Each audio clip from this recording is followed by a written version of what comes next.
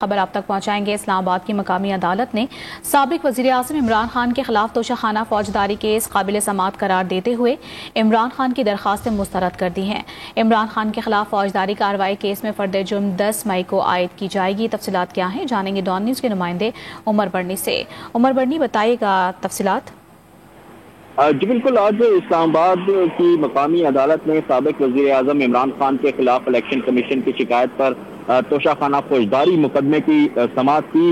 Additional session जज हुमायूं दिलावर ने जो है इमरान खान की दरख्वास्तों पर फैसला महफूज किया था।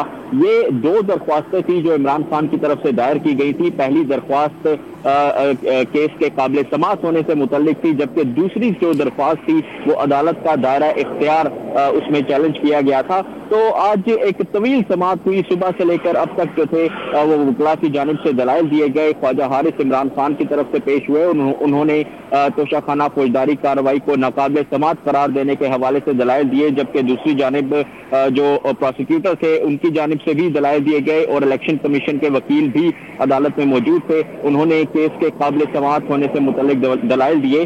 दोनों दरख्वास्तों पर जो है वो वकला की जानिब से दलाइल मुकम्मल होने पर अदालत ने एक फैसला महफूज किया था। अदालत ने इमरान खान की दोनों दरख्वास्तों को मुस्तरद कर दिया और इमरान खान को 10 मई को तलब किया गया है। 10 मई को इमरान खान पर फर्द जुर्म जो है वो आयद की जाएगी और ये तमाम जो कार्रवाई थी वो एडिशनल सेशन जज हुमायूं दिलावर की अदालत में हुई और उन्होंने फैसला जो है ये सुनाया है। जी उमर मेहताब बर्नी, आप तफसीली तौर पर आगाह कर रहे थे, बहुत शुक्रिया आपका।